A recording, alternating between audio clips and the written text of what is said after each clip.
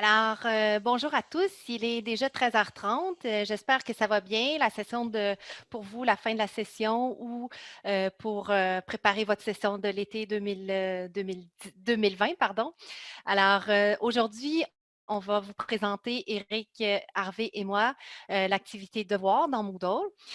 Comme on est de plus en plus nombreux dans la salle, on va fonctionner de façon différente.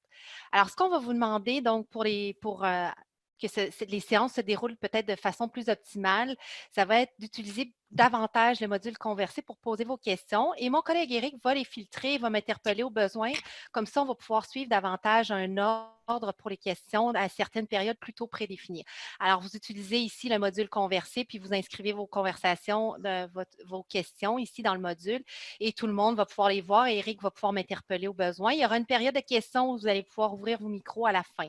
Alors, la séance d'aujourd'hui est enregistrée, elle sera disponible pour rediffusion dans quelques jours, soit 24 heures environ. Alors voilà. Donc aujourd'hui, Éric, donc si tu veux, je te demanderais d'éteindre tous les micros si possible. Ah, Merci. Et Ah, c'est trop voilà. OK. T-E-T-R-E-A-U-L-T. Oui, c'est ça, j'entends oui, déjà. j'y vais. Hop.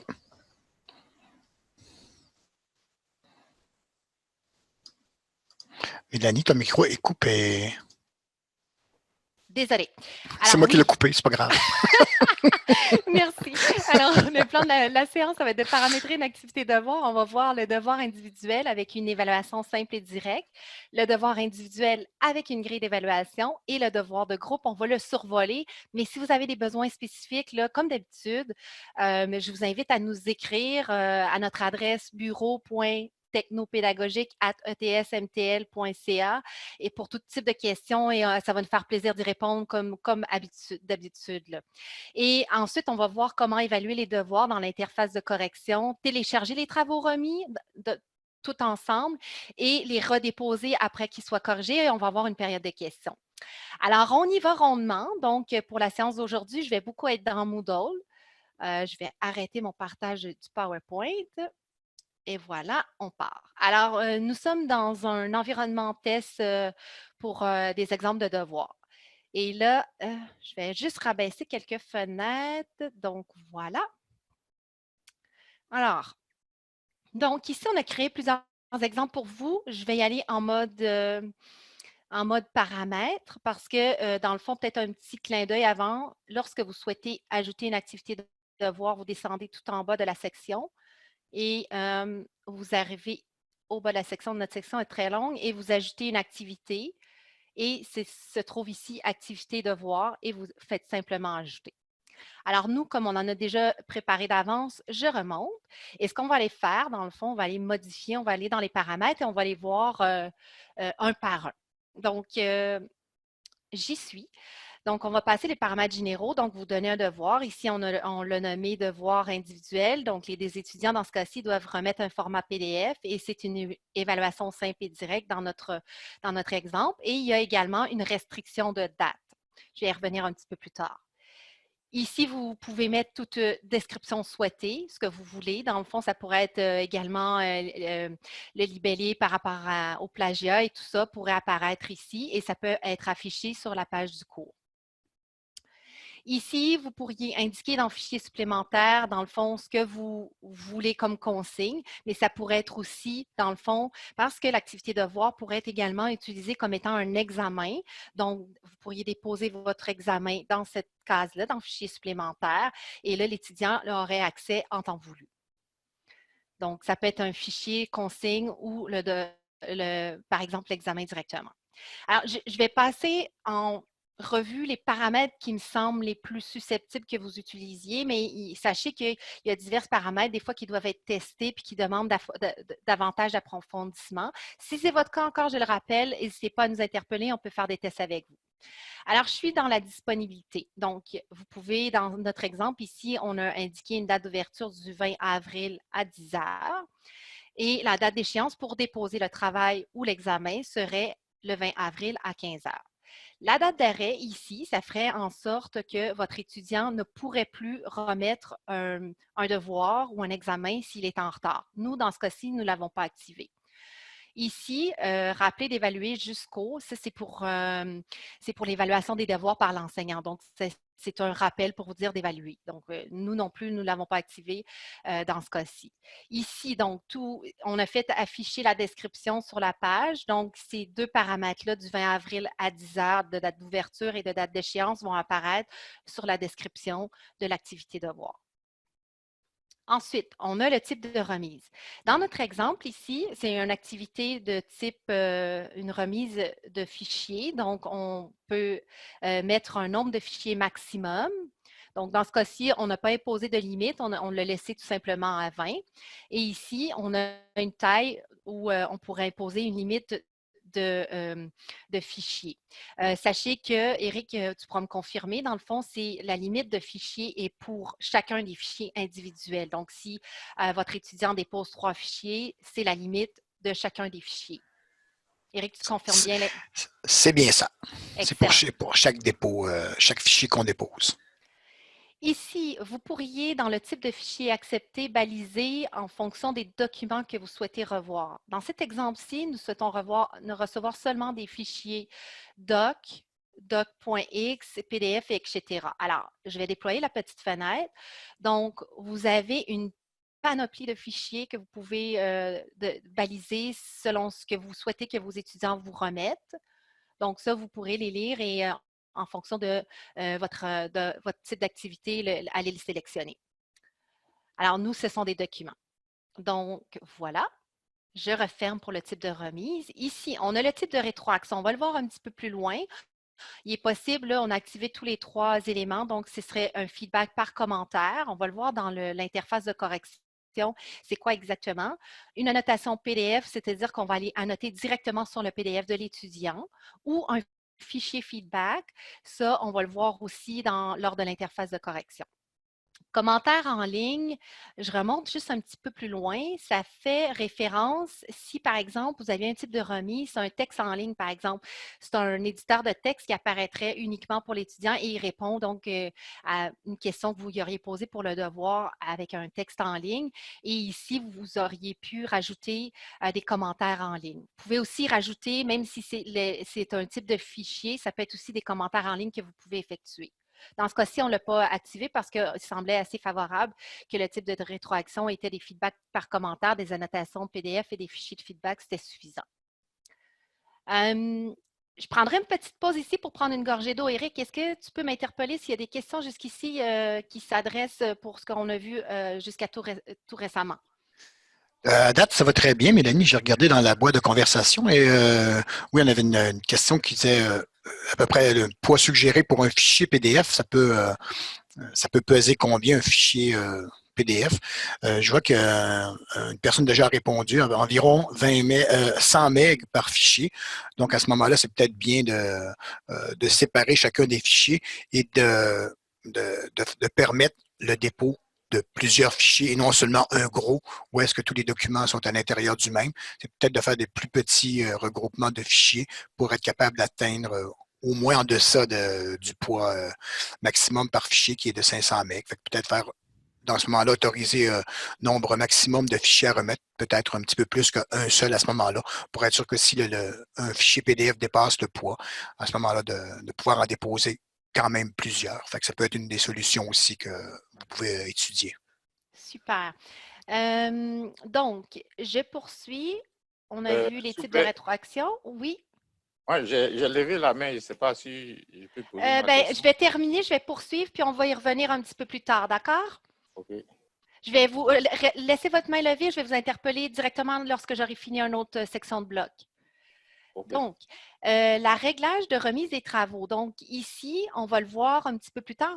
J'ai fait des imprimés écran pour que vous puissiez voir comment, lorsque c'est activé ce paramètre-là, l'étudiant doit cliquer sur envoyer le devoir. Ça fait en sorte qu'il y a un bouton qui apparaît. Donc, ici, le paramètre suivant. Demander aux étudiants d'accepter la déclaration de remise pour tous les devoirs. C'est une phrase qui est, c'est une phrase qui est comme dans tous les environnements Moodle, qui est là par défaut si vous l'activez.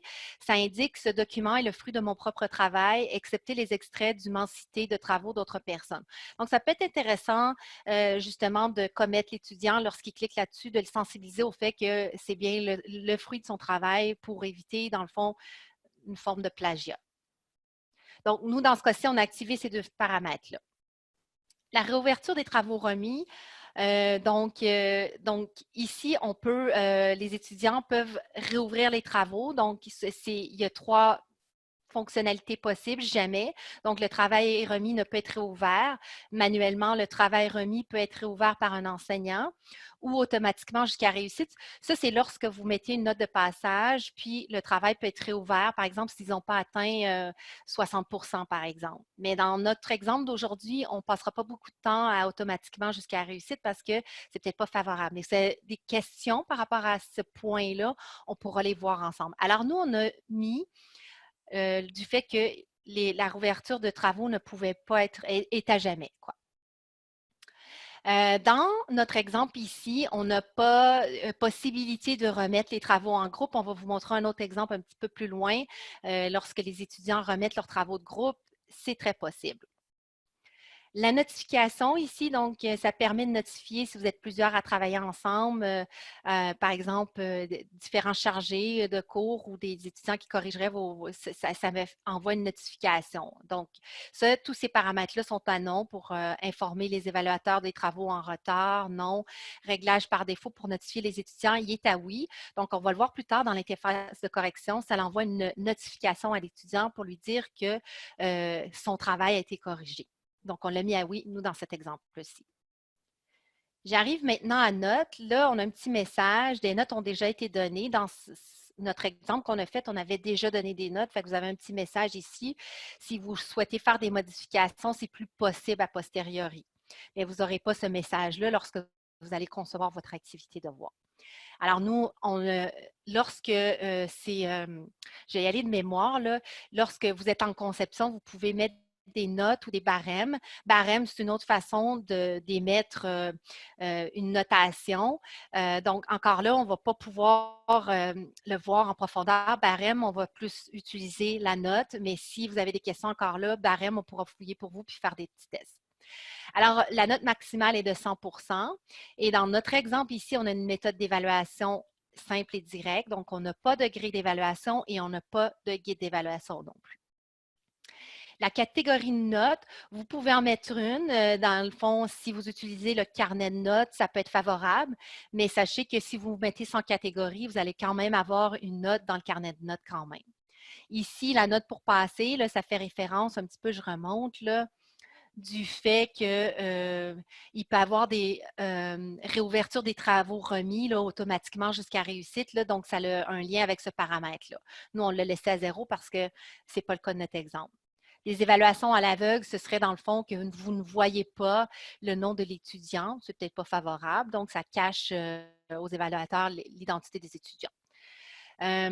Vous pouvez cacher aussi l'identité des évaluateurs pour les étudiants, donc qui est à non. Donc, on va voir que tout à l'heure, dans l'exemple d'interface de correction, c'est moi qui ai corrigé ou Eric a corrigé les travaux selon le cas. Utiliser les flux d'évaluation, c'est lorsque vous êtes plusieurs. Là, je passe par-dessus. C'est peut-être pas utilisable pour vous dans votre cas. Réglage courant, j'amène un petit bémol ici. Donc, actuellement, il est affiché sur la page de cours.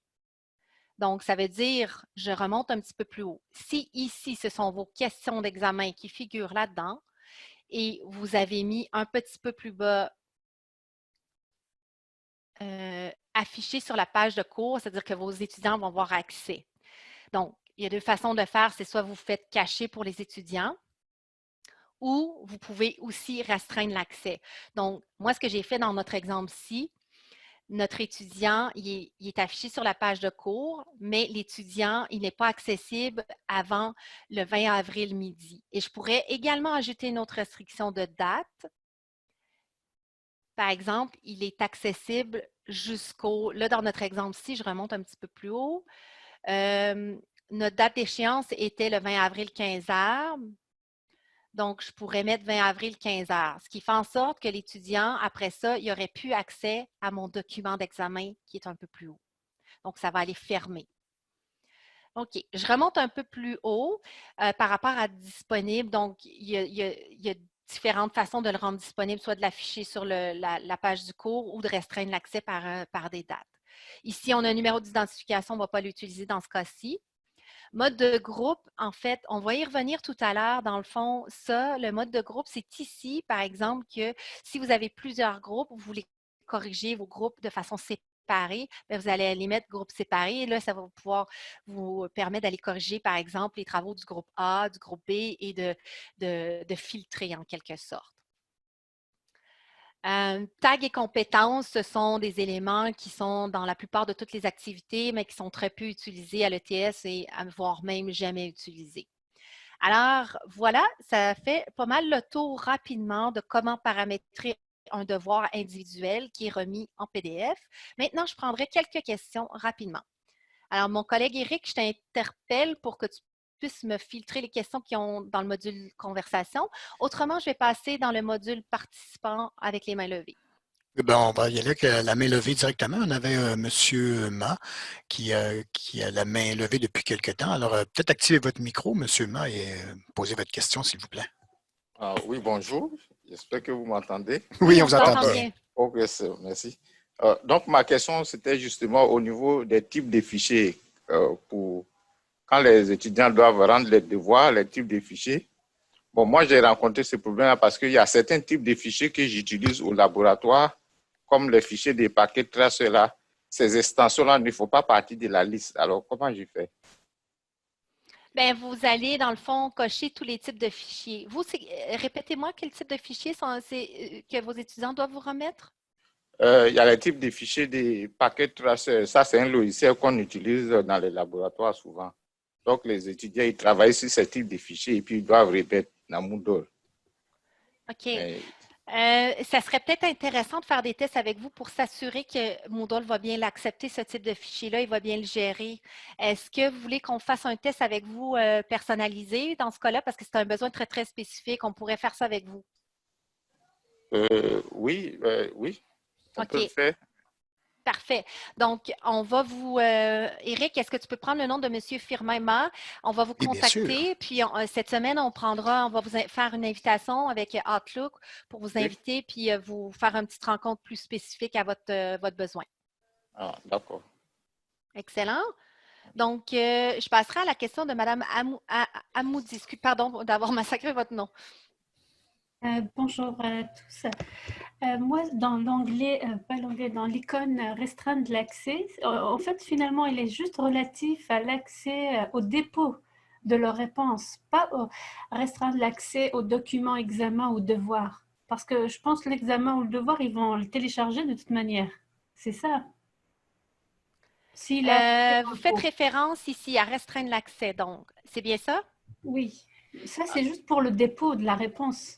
C'est pour le dépôt, mais également si vous avez mis un PDF. Ici, Oui, l'examen, comme je vous ai dit un petit peu plus haut. oui. Ici, l'étudiant n'aura pas accès. OK, regardez, je vais juste changer les heures. Dans le fond, on va aller mettre, puis je vais vous montrer en mode étudiant comment ça va se passer pour que vous soyez rassurés, en fait. Je vais aller mettre que mon examen, cet examen-là, donc mon devoir individuel format PDF, évaluation simple et directe, en fait, les étudiants, ils s'ouvrent le 21 de 10h à 15h. Et je vais également aller restreindre mon accès ici avec les mêmes heures. Donc, 10h à 15h. Et je vais enregistrer, revenir au cours. Et je vais vous draguer, Eric, tu vas pouvoir me confirmer, dans le fond, que je vais vous draguer un étudiant avatar qu'on a. Alors voilà, il est ici. Vous le voyez bien, Eric? Tu confirmes? On voit très bien. OK, je vais grossir un petit peu pour nos yeux. Alors, on a ici pour notre étudiant 1, je vais juste rafraîchir ma fenêtre parce que je viens de faire des modifications. Donc, voilà. Donc, étant donné que j'ai changé les paramètres, donc l'étudiant il ne peut pas cocher ici. Vous voyez, donc, il va être disponible seulement à partir du 21 avril à partir de 10h. Alors, il ne voit même pas les questions d'examen ici. Ok, d'accord. Il ne va pas voir les questions, mais à partir du 21. Il va les Oui, voir. Est-ce qu'il est capable de télécharger le document devoir? Oui. oui, absolument. Ah, Il peut le On comprendra que dans le contexte actuel, l'examen ne sera plus possible de repasser à des. Si c'est une forme d'examen qui est préparée, ce ne sera pas possible d'être utilisé dans les sessions subséquentes. ouais, d'accord. C'était ça ma question. Parfait. Est-ce que donc ça répond à la question de Mme Hamoudi? Donc, je passerai à la question de M. Boucher. Allez-y. Oui, bonjour. C'est la réouverture des travaux. Est-ce que ça s'applique après la date de remise? OK, je reviens. Donc, Il y avait réouverture des travaux. alors, un moment. Donc, réouverture, oui. Euh, la remise des travaux. Ici, c'est ça que vous Ouais, indiquez? quand on Alors, l'active, ça fait-tu en sorte que la personne peut juste remettre son document, mais juste à l'intérieur de la plage qui est permis ou après aussi? en fait, ça dépend de votre besoin. Quel serait votre besoin? Parce qu'il y a aussi, vous pouvez sélectionner qu'un seul étudiant et il peut remettre son travail peut être mis en mode brouillon. Alors, lui peut, après la date, redéposer un travail ou un devoir, ou ça peut passer par être exception seulement pour un seul étudiant, pour un groupe d'étudiants. Alors, donc, ça dépend exactement de votre besoin. Mais moi, par exemple, je leur permettrais de remettre plusieurs fois leurs travaux, mais avant la date limite, tu sais. Ah, d'accord. Donc, ça veut dire que il est possible d'aller l'écraser donc à tous les fois. C'est possible, mais après la date limite, c'est plus possible, là. OK. Ben, sinon, après la date limite, il va être en retard. Bon. Ah, OK. Dans le Vous fond, allez avoir ça. un indicateur qui va être Ouais. en retard, notamment si vous n'avez pas mis de date d'arrêt ici. OK, fait que c'est un peu le danger d'activer ça, finalement, le fait qu'il peut, mais il va avoir un retard, là. Bien, c'est au moins un indicateur pour vous de savoir que vos étudiants sont en retard. Si vous les pénalisez après tant d'heures de retard ou tant de jours qui perdent leur 10 vous allez l'avoir dans l'interface de correction. Travaux remis en retard. C'est une façon de traquer un peu le statut des étudiants, à quel moment ils vous l'ont remis. OK, mais j'aurai pas la version qu'ils m'ont remis à l'intérieur des dates correctes, là. Elle va Euh, je- être écrasée par celle d'après ben, vous allez qui a été avoir la remis en dernière retard. version. Vous allez avoir les Ouais, c'est différentes ça. versions et la dernière version, même si elle est en retard, si vous n'avez pas activé de date d'arrêt. Ah, OK, on a toutes les versions. Oui. Il Ah, me OK. semble. Il faudrait faire le test. Eric, est-ce que tu confirmes qu'on a toutes les versions? Je suis pas sûr parce que étant donné que quand on veut le redéposer, l'option, je pense, c'est modifier le devoir. Donc, il prend l'ancienne version et il le modifie. Donc, je suis pas sûr que dans le temps, on a les versions précédentes, qu'effectivement, il écrase pas la version courante. Parce que c'est comme modifier le travail ou fait qu'il faudrait vérifier, mais d'après moi, c'est pas il n'y a pas tous les fichiers, à moins qu'il y ait été, comme enseignant, vous pouvez aller voir dans un fichier déposé, peut-être qu'à ce moment-là, remonter dans votre module, c'est peut-être possible, mais c'est un peu loin dans les historiques, dans les archives. C'est probablement faisable, mais c'est peut-être une opération un peu complexe, par exemple. Mais en fait, Eric, c'est ça. Les tests qu'on a fait ce matin, l'étudiant pouvait supprimer ses travaux puis en déposer un autre. Fait que, il y Oui. avait. Puis je pense pas qu'on n'a pas été creusé plus loin. Je pense pas que en effet, ça demande un côté admin un peu plus élevé pour avoir accès aux anciennes versions, il me semble, parce que Ouais. ça demande à supprimer. Oui, c'est modifier le travail, puis dans ce moment-là, la nouvelle version qu'il redépose, ça écrase l'ancienne version. Fait que il n'y a pas de confusion à ce moment-là. Le seul document que vous avez, c'est lui que l'étudiant a confirmé le dépôt à ce moment-là. J'essayais peut-être de le faire live, mais on pourra peut-être y revenir un peu plus tard, là, donc pour parce que vous, dans le fond, je comprends que votre besoin, c'est que tant que votre activité est ouverte, votre activité de dépôt de devoirs, vous voulez que vos étudiants peuvent écraser puis mettre les versions à jour s'ils n'ont pas Ouais, c'est ça. terminé. Euh, Fait que ça serait probablement, on pourrait vous revenir là, avec différents détails là, Ouais, au pire, je pourrais, à la dernière spécifiques. minute, désactiver cette possibilité-là de remettre. Tu sais, si je veux pas qu'ils me remettent une version en retard qui écrase leur version qui a été mise dans les dates, là. Ben, autrement, vous pouvez faire une date d'arrêt, donc il ne pourrait plus vous Ah! remettre rien. a posteriori, quand vous Ah, avez OK, mis une donc date je peux d'arrêt. permettre cette option-là, plus mettre une date d'arrêt complet, puis là, ils peuvent plus rien remettre. Ouais, ça serait bien, ouais. Oui. OK. Mais si vous avez d'autres questions plus spécifiques, là, parce qu'on essaie de rester le plus général possible pour répondre à l'ensemble des gens qui sont là, n'hésitez pas à nous envoyer des petits Oui, courriels. Oui. merci. Mélanie, OK. donc on a la boîte de conversation. Monsieur Dupuis nous dit que la date d'arrêt peut faire la job aussi, fait que probablement qu'il référait à la question de M. Boucher. Et M. Tremblay nous dit à tout le monde, donc on pourrait faire la demande aux étudiants de renommer le travail, genre devoir 3, devoir version 4, version 5. Peut-être qu'à ce moment-là, ça va créer une nouvelle version et peut-être que là, on pourra retrouver les fichiers s'ils sont renommés. À ce moment-là, c'est peut-être une façon de faire aussi. Hmm. Parfait. Monsieur Bogdadi, je vais prendre la dernière question de vous et après ça, je vais poursuivre. On va aller dans l'interface, voir un devoir de groupe ou plutôt un devoir avec une grille, pardon. Allez-y. Allumez votre micro, on ne vous entend pas. Allô, voilà. Oui, on vous entend. Alors, on utilise l'activité devoir pour faire les examens, c'est bien ça? Bien, ça dépend de votre besoin, là. J'apporte un bémol. C'est si vous voulez que vous avez un examen qui est un examen Oui. avec lequel vos étudiants doivent vous déposer des documents, ça pourrait être une solution. Parce que ça dépend aussi, est-ce que vous avez un examen aussi qui a des questions à choix multiples? Vous pourriez utiliser TESS, puis dans lequel vous avez des questions aussi à développement aussi à l'intérieur de Non, l'activité TESS. c'est un examen en PDF. Alors, c'est ça. C'est ça, on ne peut Donc, pas utiliser. ça serait favorable pour vous, ça. OK. Maintenant, j'ai un document, j'ai fait un test ce matin, j'ai un document en PDF, j'ai essayé de le charger dans Devoir. Il le charge, mais quand je viens pour l'ouvrir, il ne s'ouvre pas. Il le ramène à mon ordinateur. Il ne veut pas l'ouvrir.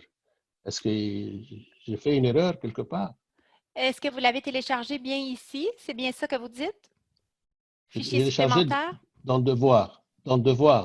sous le groupe regroupement de devoirs, et je viens pour l'ouvrir, il me ramène à mon ordinateur. Je ne suis pas sûre de bien saisir. Est-ce que, Eric, toi, tu saisis la question? Parce que votre examen devrait être déposé dans le fichier supplémentaire ici. On va faire un exemple de toute façon tout à l'heure qui va vous permettre peut-être de trouver la réponse à votre question. On va faire une démonstration où justement où on va avoir à télécharger des devoirs en PDF et les retourner corriger aussi en PDF. Fait qu'on a un exemple qu'on a préparé pour vous. Fait que peut-être que ce sera à ce moment-là un exemple que vous pourrez adapter à ce moment pour votre examen à vous. Là. OK, Si vous voulez, si vous avez d'autres questions après, évidemment, vous pourrez nous les poser, mais je pense qu'on a préparé un petit exemple qui va peut-être répondre à votre question. d'accord. Merci beaucoup. Bienvenue. En fait, s'il y a des gens qui souhaitent tester l'environnement ici, là, envoyez-nous votre courriel dans le module conversation parce que c'est l'environnement de formation et comme un peu plus vous permet de faire des tests. Fait que si vous souhaitez l'utiliser, envoyez-nous un petit courriel puis on pourrait vous ajouter à cet espace-là pour que vous ayez bricolé si vous le souhaitez. Donc, je poursuis avec le plan de la séance. Donc, on serait rendu à avoir un devoir individuel avec une grille d'évaluation. Donc, dans notre exemple ici, je descends. Donc, ici, là, on voit bien que j'avais mis une restriction. Donc, juste faire un petit clin d'œil encore. Là. Alors, ce devoir-là était seulement accessible avec la date de début à 20 heures et la date de fin à 23 heures. Mais toutefois, j'ai quand même accès. Donc, on va aller voir la grille d'évaluation qu'on avait construite. Ici. Alors, là, on est dans un devoir qu'on a conçu avec une grille d'évaluation et tout ça. Donc, on est dans les paramètres du devoir. Là, je descends. Donc, c'est notre exemple, là, la date d'ouverture jusqu'à de 20 heures à 23 heures et tout ça. Alors, pour signifier qu'on veut corriger avec une grille d'évaluation, c'est sous note, méthode d'évaluation, et c'est là qu'on va aller sélectionner grille d'évaluation. OK. Donc, je reviens un peu plus haut, pardon. que je vais y aller tranquillement. Vu que nos exemples sont déjà conçus, des fois, si vous perdez le fil, n'hésitez pas à interpeller Eric dans le module conversation, puis on peut reprendre la démo un petit peu pour que ça soit bien clair pour vous. Alors, ce devoir individuel grille d'évaluation a été conçu. Et là, ici, quand j'appuie sur la roue d'entrée avec la flèche, j'ai évaluation avancée ou définir une grille d'évaluation. Comme notre grille d'évaluation est déjà définie, je vais appuyer ici. Vous allez la voir, mais c'est là où vous iriez définir votre grille d'évaluation. Alors, on accède par ici. Et là, dans notre exemple ici, notre grille d'évaluation s'appelle grille pour session hiver 2020. Ici, je pourrais lui mettre une description si je voulais. Donc, on n'a pas mis de description. Alors, c'est ici qu'on a constitué notre grille d'évaluation. On a mis, par exemple, comme critère qualité générale de la présentation, donc 0 point pour non préparé, présentation passable 1 point, très bonne présentation 2 points, et ainsi de suite. Donc, il est possible pour vous d'ajouter divers niveaux, d'en supprimer. C'est vraiment comment vous utilisez votre grille d'évaluation. Vous pouvez la mettre là comme bon vous semble. Donc, vous pouvez descendre ce paramètre-là un peu plus bas avec les flèches, le supprimer, le remonter, le dupliquer avec cette icône-ci. Si, par exemple, je voulais dupliquer principe de fonctionnement technique, il s'en va à la fin. Et là, je peux le modifier comme bon me semble et aller également changer mes paramètres ici si je veux modifier. Donc, ça, c'est la grille d'évaluation. Alors, ici, il y a différents types de critères que vous pourrez lire là, en fonction de vos besoins, là, si ça correspond, et vous faites simplement enregistrer. Donc, moi, je vais annuler parce que là, j'ai ajouté quelque chose. Là. Mais est-ce qu'il y a des questions par rapport à la grille d'évaluation jusqu'ici? Peut-être Mélanie, juste peut-être une petite spécification. Ne pas enlever le 0 au début. Si vous enlevez dans les critères, si vous faites une modification au niveau de votre grille, commencez par enlever ceux qui sont à l'extrême droite, 4 points, 0 points, parce que Moodle, dans le calcul des points, a vraiment besoin du 0. Fait que c'est peut-être commencer par soustraire ou supprimer ceux qui sont à l'extrême droite comme 4 points. Et vous pouvez évidemment les modifier en cliquant dessus. Le pointage, vous pouvez changer l'intitulé, mais vous pouvez changer aussi le pointage que vous allez attribuer à cette section-là. OK, parfait, merci. J'attire votre attention. En fait, ici, c'est un modèle qu'on a fait. Donc, je reviens un petit peu plus derrière. Donc, évaluation avancée. Alors, on peut se créer des modèles de grille d'évaluation. Alors, si vous avez plusieurs activités de devoirs et vous le souhaitez toujours réutiliser la même grille d'évaluation, alors c'est possible d'en faire des modèles. Là, il est déjà enregistré comme modèle. Mais par exemple, lorsque vous allez créer une autre activité de devoir, vous allez pouvoir aller la chercher dans, j'essaie de vous l'expliquer de façon très, le plus définie et spécifique possible. En fait, je vais y aller ici dans évaluation avancée. Est-ce que j'ai tous mes modèles? Non. C'était lorsqu'on avait créé une autre activité de devoir. Hein, Eric, on avait tous nos modèles parce que celui-là a déjà été constitué, Oui. cette activité de devoir-là. Mais si vous créez une nouvelle activité et là, vous cliquez sur votre activité de devoir, vous allez dans évaluation avancée et là, si vous avez plusieurs modèles, vous avez constitué des modèles, vous allez les retrouver là dans évaluation avancée. Autrement, le moyen de créer une seule grille pour une seule fois, ça va être de définir la grille d'évaluation tout simplement.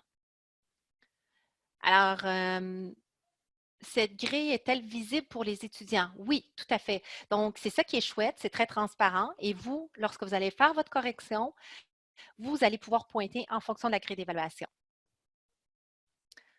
Autre question avant qu'on passe à peut-être le devoir de groupe?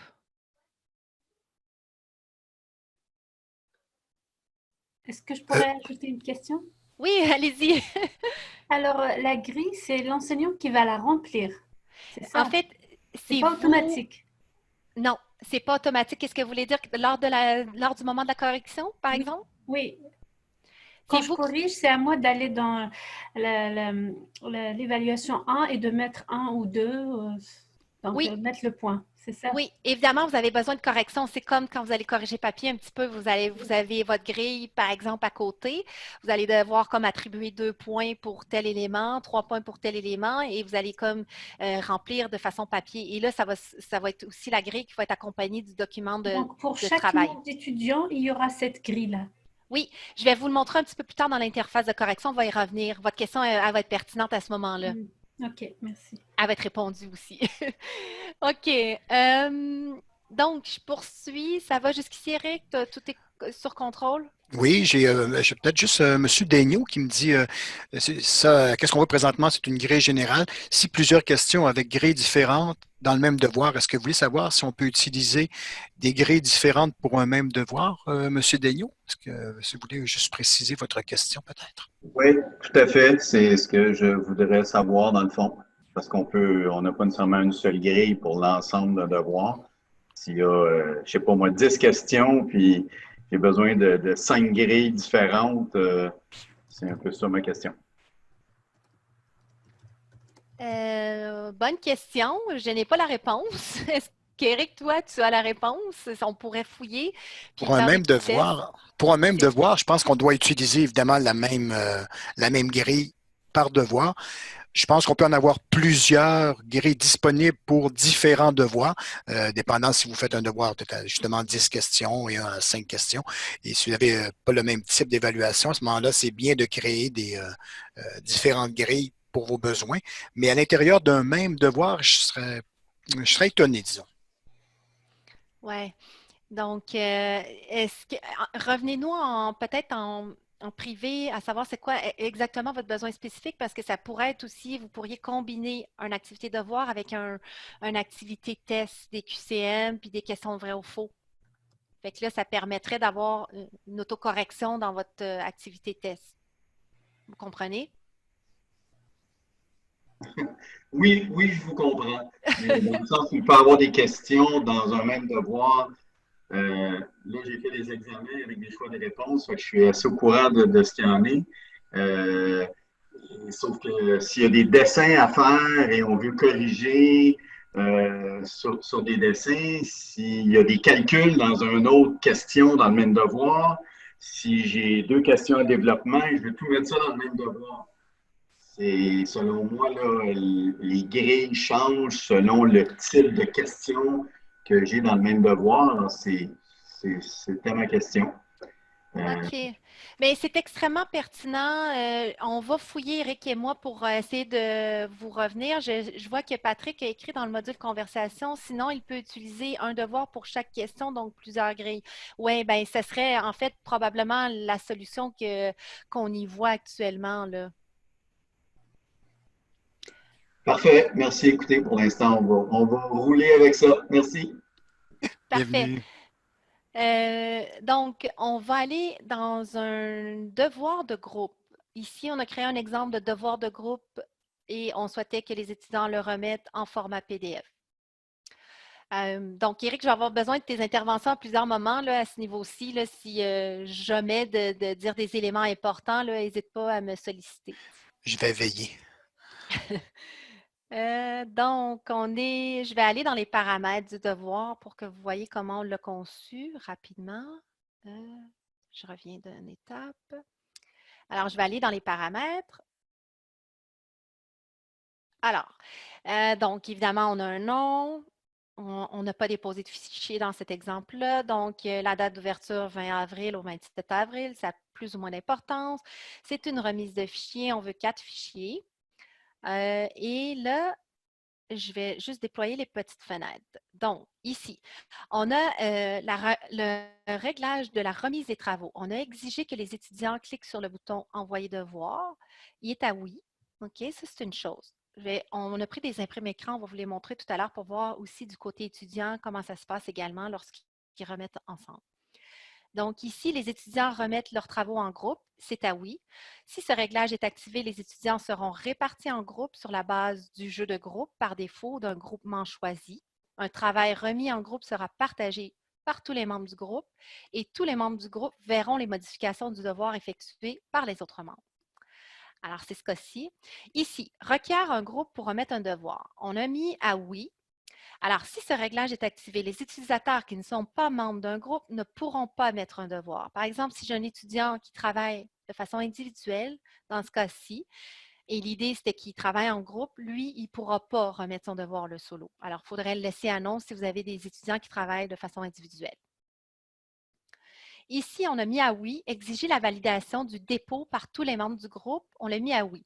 Ça veut dire que, par exemple, l'étudiant 1 dépose le devoir pour l'ensemble des trois autres membres, pardon. Alors, a posteriori, les 3 autres membres du groupe de 4 vont devoir aller valider et cliquer qu'ils envoient bien le devoir.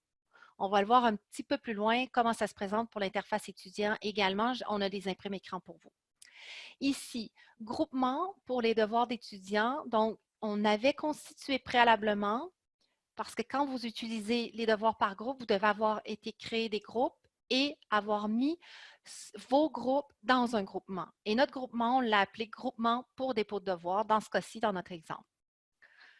Alors, c'est les paramètres ici dans le réglage de remise de groupe qui sont importants en fonction de vos besoins d'activer ou de désactiver, de mettre à oui.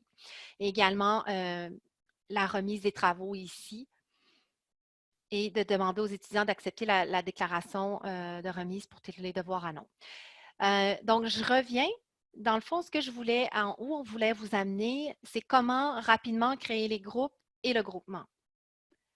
Alors, je reviens à l'état du cours. Donc, ici, je vais passer avec la roue dentelée. Je descends avec le plus.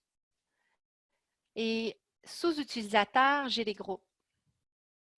Et donc, préalablement à ça, nous avions créé le groupe A dans lequel on trouvait l'étudiant 1 et l'étudiant 10 et l'étudiant 3. Donc, on avait 3 membres. Dans le groupe B, on avait 3 autres membres aussi. Et dans le groupe C, on avait nos membres également.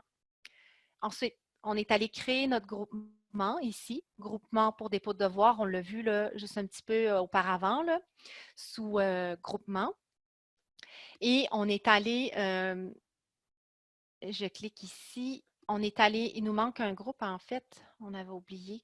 On est allé mettre dans notre groupement pour dépôt de devoir notre groupe A, B et C. Alors voilà. Éric, est-ce que j'oublie quelque chose par rapport à cet aspect-là? Non, c'est juste peut-être comment créer un groupement. Donc, il est juste dans l'item, dans la même page. En fait, si les gens veulent créer des groupements eux-mêmes, à ce moment-là, c'est simple à faire. Choisir l'option et donner un nom et description du groupement. À ce moment-là, ça va vous permettre de faire vos propres groupements à l'intérieur de vos cours à vous. Donc là, est-ce que j'ai créé un groupement? J'ai aucun groupe. Et c'est ici que je vais aller les ajouter. Donc, il faut créer d'abord les groupes et ensuite le groupement. Donc, ça va comme ça. Question peut-être par rapport aux groupes et groupements? On a une petite question. Est-ce que le groupement est équivalent au groupe de cours? Je pense que vous faites référence au groupe cours. Vous pouvez prendre le Oui. micro peut-être pour préciser votre question? Parce que si vous parlez que le groupement fait référence au groupe court, à ce moment-là, ce n'est pas la même chose, étant donné que le groupement se fait à l'intérieur d'un seul groupe. En fait, si vous avez un groupe 0-1, plusieurs groupements peuvent être faits à l'intérieur d'un même groupe, mais ça ne fait pas référence au groupe court. Le groupe court regroupe à ce moment-là, peut regrouper à ce moment-là plusieurs groupes, 01, 02, 03. Et le groupe court, c'est autre chose que le groupement. Je ne sais pas si c'était la nature de votre question. Allez-y, prenez le micro. Je pense que votre micro est ouvert. En fait, moi c'est Alain. Je voudrais savoir si vous créez un groupe live, là, puis où est-ce qu'on va chercher les adresses des étudiants qu'on va mettre dans ce groupe-là, s'il vous plaît. OK. Touzia, est-ce que vous pouvez prendre le micro? Là, je sais que Patrick a répondu également dans le module conversation. Juste s'assurer que ça répond à votre question. Puis ensuite, je vais aller créer un groupe live pour M. Paris. Est-ce que vous avez levé la main? On voit que votre micro est actif, mais on ne vous entend pas. OK, ben on reviendra plus tard à vous. Alors, Pour la question de M. Paré, créer un groupe. Maintenant, vous m'entendez? Oui. OK. Juste, je vais juste Oui, pas de parler. problème. Merci. Alors, ici, M. Paré, donc on l'appelle test groupe. Bon. Alors, ici, ce sont des paramètres en fonction de vos besoins que vous pourrez activer et vous pourrez lire. Donc, je vais passer rapidement. Donc, j'ai créé mon test groupe. Je vois que j'ai 0 personnes à l'intérieur. Alors, je vais faire ajouter ou retirer des utilisateurs ici. Et là, dans cet espace-là, nous avons un potentiel de 17 étudiants. Donc, vous allez avoir, par exemple, si vous avez 35 étudiants dans votre cours, ils vont tous apparaître là. Et vous allez pouvoir aller créer vos groupes. Est-ce que ça répond à votre question, M. Paré? Oui, c'est bien. Donc, ça, cette liste-là, la liste des étudiants, c'est les étudiants qui sont enregistrés dans mon cours, c'est ça que vous dites? Oui, ça fait référence. Vous voyez à gauche, je vais appuyer sur participants. Donc, ça fait référence à tous nos étudiants qu'on a dans notre cours ici.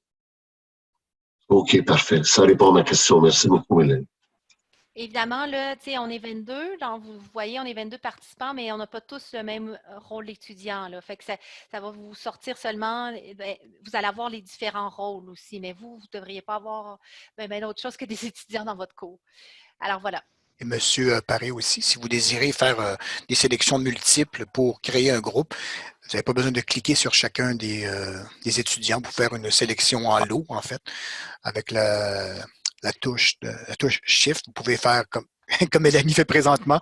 Fait que vous pouvez en transférer un lot sans avoir besoin de les faire un par un à ce moment-là. Vous pouvez faire rapidement vos groupes. C'est plus efficace. Voilà. Excellent, merci beaucoup. Allez-y, Tunisia. OK. Je disais que le groupe, on le divise en groupement et le groupement en groupe. C'est ça ce que j'ai bien compris à la dernière minute? Dans le fond, si je peux m'exprimer ici, le groupement, c'est le parent des groupes. Oui, OK. OK. Et le groupe, mais les groupements on peut prendre plusieurs groupements pour avoir un groupe, c'est ça? Le groupe court, parmi les étudiants du groupe tout court. Attendez. J'ai mal saisi.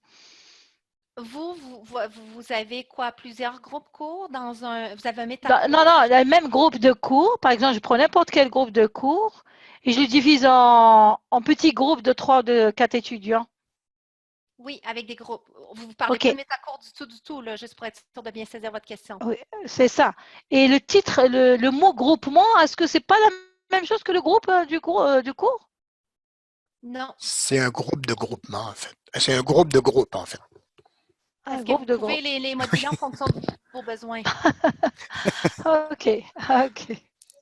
Ça regroupe des groupes, en fait. Un groupement, vous pouvez mettre 2 groupes, 3 groupes, 5 groupes à l'intérieur d'un groupement.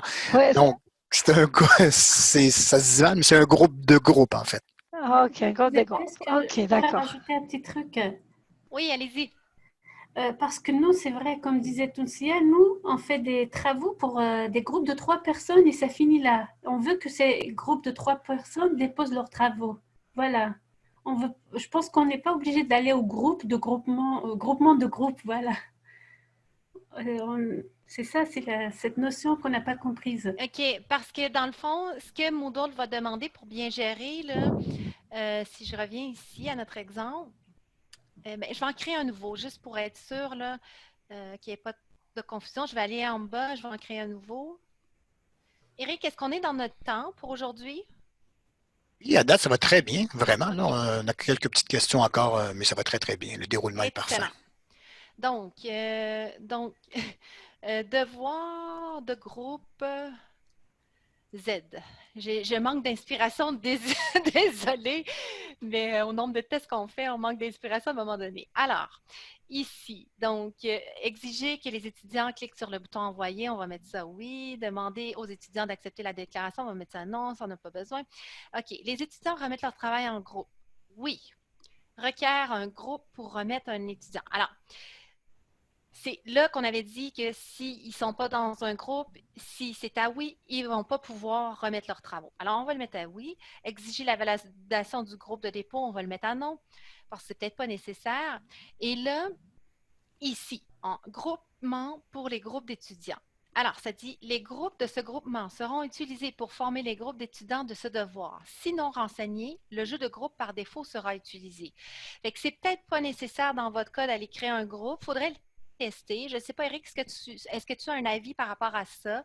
S'il n'y a aucun groupe, quel impact ça peut avoir ensuite sur la correction? Ils pourront quand même avoir des groupements séparés pour la correction. Autrement, j'essaie de réfléchir parce que nous, habituellement, on fait des groupes, après ça, on le fait dans un groupement. Ou peut-être il y a un expert dans la salle de l'activité devoir qui peut suggérer une méthode qui serait plus favorable. Donc, je pense que c'est une bonne approche qu'on a. Sauf que si on ne peut pas à ce moment-là demander de faire une remise en groupe, étant donné que s'il n'y a aucun groupe de formé à l'intérieur de votre classe, c'est si le paramètre serait activé, remise en groupe, le premier étudiant qui dépose pour tout le monde. Fait que tout le monde va avoir la même note et tout le monde va avoir déposé le même travail. Fait que c'est peut-être souhaitable à ce moment-là de faire un groupe et restreindre à l'intérieur des étudiants à l'intérieur d'un même groupe. Mais en fait, ça répond à notre question, en fait. C'est nécessaire, là, selon moi, puis c'est ce que j'ai toujours vu dans les bonnes pratiques de Moodle, de créer des groupes dans lesquels on va mettre un groupement, pardon, dans lequel on va aller mettre nos groupes parce que comment Moodle va savoir comment orchestrer tout ça?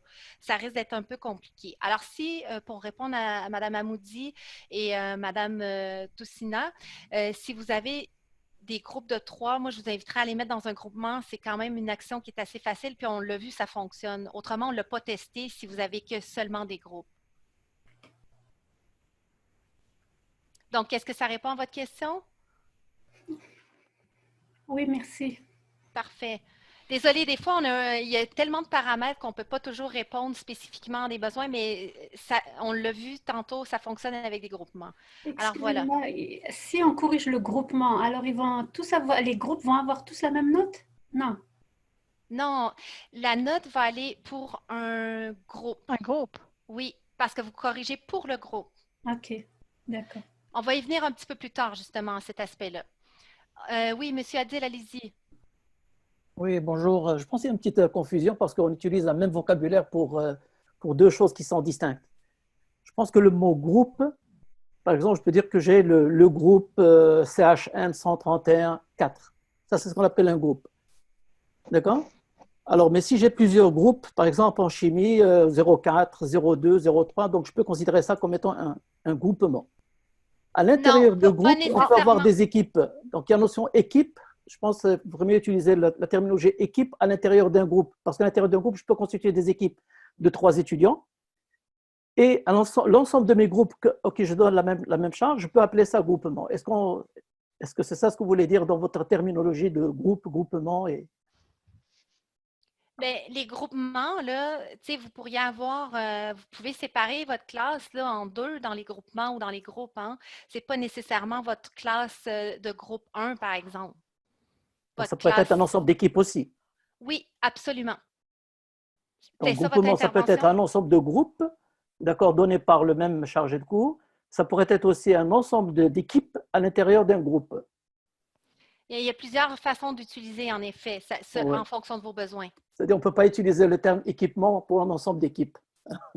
Donc, on va utiliser le même terme groupement pour groupe que pour un ensemble de groupes, pour un ensemble d'équipes.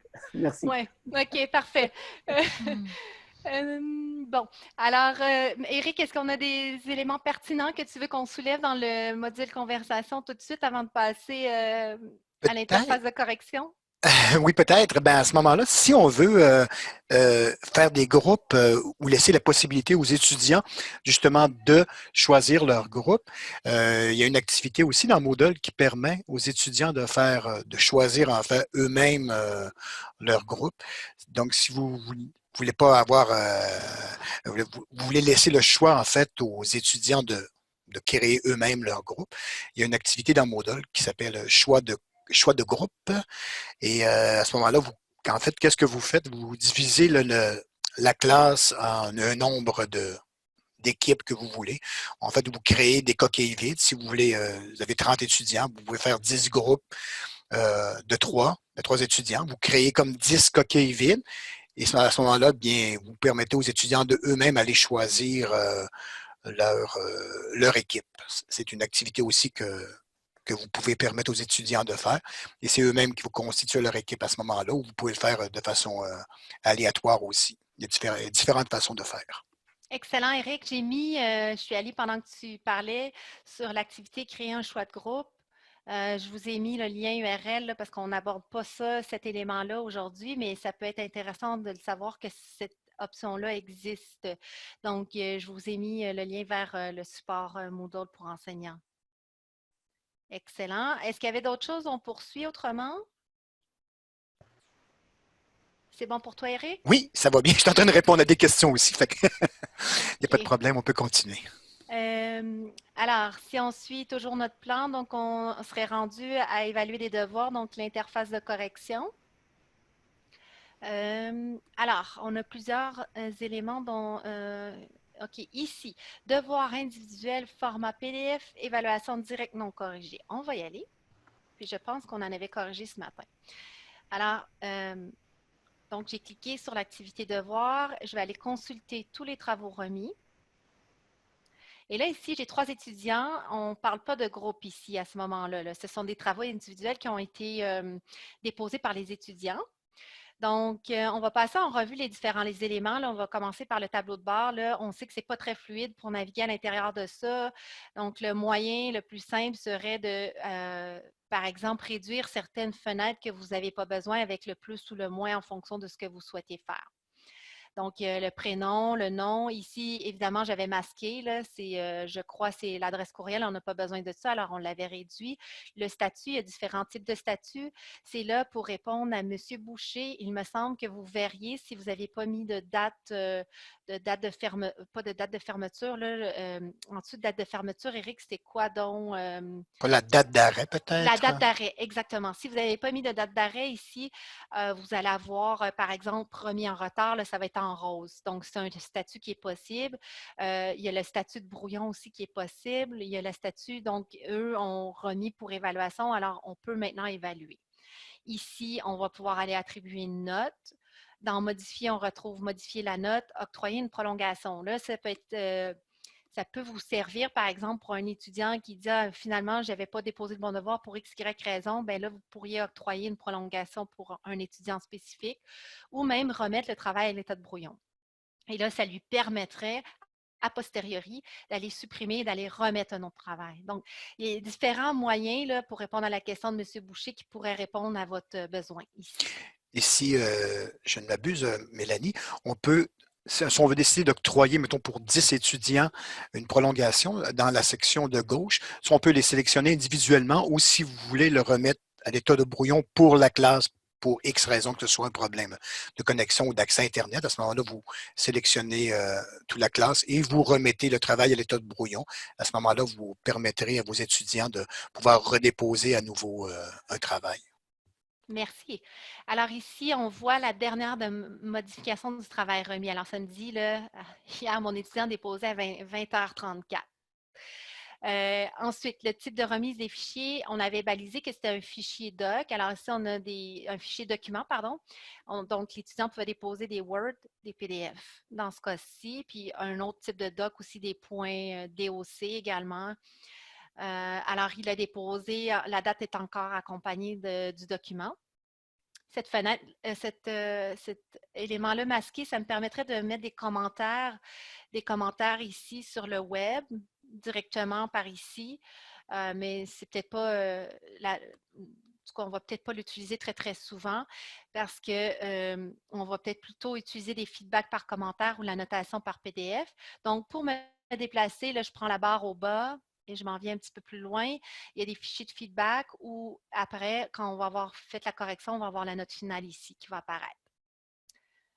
Avec la sélection, donc ça veut dire que si j'ai sélectionné là, je pourrais déverrouiller les remises, télécharger les travaux remis sélectionnés, remettre les travaux remis à l'état de brouillon, comme on a un petit peu vu aussi dans le tableau un peu plus haut, octroyer une prolongation ou envoyer des fichiers feedback, par exemple spécifiquement à un étudiant. Ici, c'est plus des options de navigation. Donc, si vous avez comme une classe d'une cinquantaine d'étudiants, vous pourriez avoir les devoirs par page là, en fonction de vos besoins, 10 ou 20 ou 50 par page. Et puis ici, vous pouvez filtrer là, en fonction de vos besoins. Vous voulez voir qui n'a pas remis son travail, qui l'a rendu, qui vous avez pas corrigé, qui nécessite une extension ou a eu une extension de plus, ben, vous le verriez en cochant ces filtres ici. Ici, c'est peut-être pas, vous les lirez là, avec les bulles de survol, là, mais on ne va peut-être pas les utiliser aujourd'hui. Alors, ce qui peut être intéressant, donc, dans l'action d'évaluation, c'est que vous pouvez télécharger tous les travaux remis et puis vous allez les corriger directement sur votre ordinateur à vous. Donc, on va faire l'action ici. On l'avait déjà fait. Donc, télécharger tous les travaux remis. Vous voyez, ça me fait télécharger des fichiers. Alors, je vais vous présenter un petit peu rapidement je vais vous glisser ma fenêtre de téléchargement. Alors, ça va aller me déposer un fichier zippé. Donc, il est 14h30. Donc, mon dernier fichier est ici. Alors, dans mon fichier zippé, pour faire la correction, je vais devoir le dézipper. Alors, je vais extraire tout. Donc, vous faites extraire. Là, je ne vais pas faire l'opération parce qu'on l'avait déjà faite. Et là, ensuite, vous allez trouver votre fichier dézippé à l'endroit souhaité. Donc, dans ce cas-ci, on le retrouve ici. Et là, dans lequel je retrouve mon étudiant 1 qui a déposé son travail, mon étudiant 2 et mon étudiant 3. Et là, ce que je peux faire, par exemple, on va prendre l'exemple de l'étudiant 3, je peux aller corriger son travail. Donc, moi, sur mon poste, j'ai Acrobat Pro 2017, alors ça me permet d'aller mettre des commentaires. Donc, ici, je pourrais aller mettre tout type de commentaires. Là, ici, je peux même surligner avec mon crayon. Et là, ce que je peux faire, c'est faire un enregistrer sous. Vous pouvez, soit vous pouvez conserver le même nom de fichier. Dans le fond, c'est peut-être un idéal. Ou faire correction, par exemple, ici. Et là, il va vous générer 2 fichiers, par contre, à ce moment-là. Et là, quand j'ai terminé la correction, par exemple, de l'ensemble des fichiers, je rezip et je viens redéposer ensuite déposer plusieurs fichiers de feedback dans un zip. Alors, on va le faire, déposer tous les fichiers de feedback. Là, on l'avait déjà fait, hein?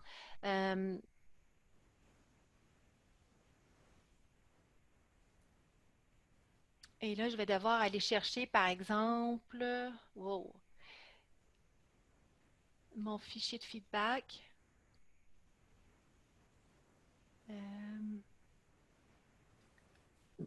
Qui est... Tu cherches le fichier pour retourner le... Ouais, mais en fait, donc vous redéposez le fichier. Je vais faire ouvrir. C'est peut-être pas notre exemple le plus concret, mais c'est juste pour vous montrer les différentes étapes. Donc, je vais faire déposer le fichier. Et là, on confirme que là, c'est pas grave, le non corrigé, là, ça pourrait être n'importe quel type de... Il reprend en fait le nom. Puis ça, c'est important de ne pas changer le nom des fichiers. En fait, des dossiers, parce que Moodle ne pourra plus reconnaître où va quoi et à quel étudiant. Là. Donc, je fais importer des fichiers feedback. Et là, pas de changement. OK, là, il me dit pas de changement là, parce que je n'ai pas, en fait, remis le fichier corrigé, je n'ai pas zippé. Là, mais normalement, OK, j'essaie de le faire peut-être un petit peu trop rapide. OK, je vais prendre un moment pour corriger. Peut-être, Éric, tu peux m'interpeller pendant que je refais la manipulation par rapport aux questions. Oui, je vais faire le tour dans la boîte. Je vais refaire l'action parce que j'essaie peut-être d'aller un petit peu trop vite. Donc, ça, ce serait mes étudiants à corriger. Mon étudiant ici est là, il me semble.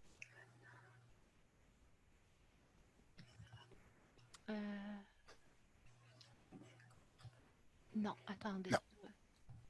Mon Dieu. Je croyais avoir des IP. Écoutez, je vais complètement des IP, extraire tout. C'est que j'ai pas fait l'action. J'ai essayé d'aller trop vite vu qu'on avait déjà. Bon, vous allez le voir apparaître. Alors, il est là. Mon étudiant 3, donc j'ai corrigé. Pourtant, il est là. OK. Alors, quelle heure est-il? Il y a 2h34. On l'a Il nous reste testé tout à l'heure, hein, mais là, c'est parce que j'ai trop de fichiers. Mélanie? Oui, je suis là. Euh, non, j'avais une petite question dans la boîte de conversation. Il y a des personnes qui, s'ils veulent utiliser l'outil de correction de Moodle à ce moment-là, parce qu'on a une question qui nous dit si on n'a pas Acrobat Pro, si on veut le faire à même l'interface, si on veut dessiner, mettre est-ce que les outils de correction du PDF de Moodle, est-ce qu'il est quand même efficace ou est-ce qu'on Oui. peut quand même bien le faire avant? OK, bien, je vais passer à ça. Mais sachez Oui. que, excusez, c'est parce que là, j'avais de nombreux fichiers téléchargés. Fait que Oui. là, il y a un peu une confusion sur le téléchargement, mais on l'a testé, mon collègue et moi, plusieurs fois, puis ça fonctionne. Donc, vous téléchargez le fichier zippé, vous allez le dézipper, les étapes, là, quand vous voulez le faire en lot, vous allez dézipper, vous allez corriger, sans trop changer les noms de fichiers. Puis, je vais vous mettre un lien URL qui explique bien aussi comment faire ces actions-là. Et ensuite, vous redéposez sur Moodle.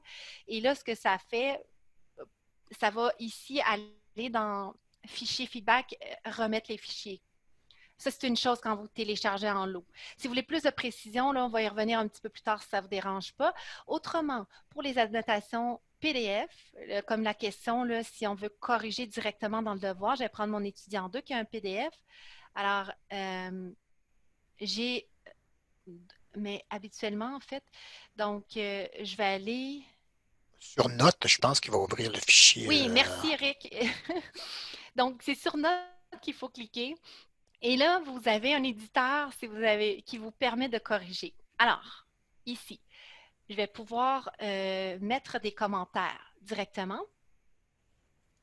Donc, avec cette petite icône-là. Et également, je vais pouvoir aller surligner des éléments. Je vais pouvoir aller avec des icônes mettre certains éléments. Par exemple, changer ma couleur, encadrer des éléments comme ça et tout ça avec cet éditeur-là.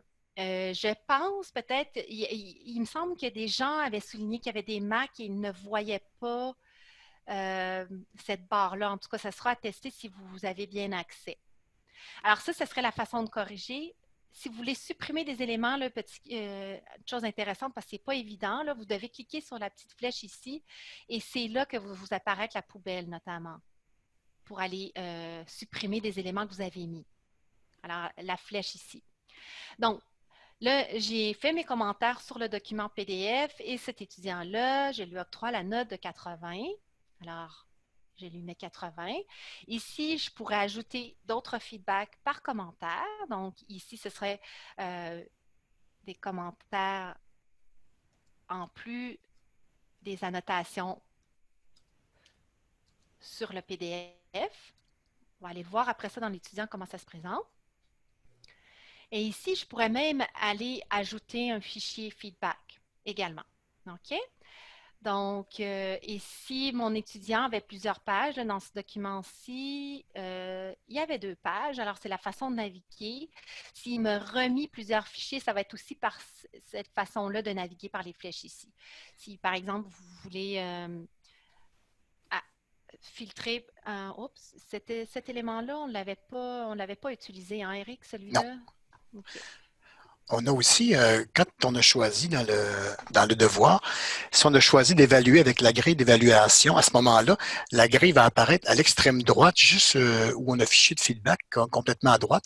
On aurait à ce moment-là, dans le bas de l'interface de la partie droite, on aurait la grille de correction. À ce moment-là, vous, seulement à cocher sur le critère et les points vont s'additionner automatiquement, mais probablement que nous, à l'intérieur de ce devoir-là, on n'avait pas sélectionné que la correction se ferait avec la grille d'évaluation. Si vous la sélectionnez à la création du devoir, la grille devrait apparaître dans le bas de l'interface à droite, complètement sous note et feedback par commentaire.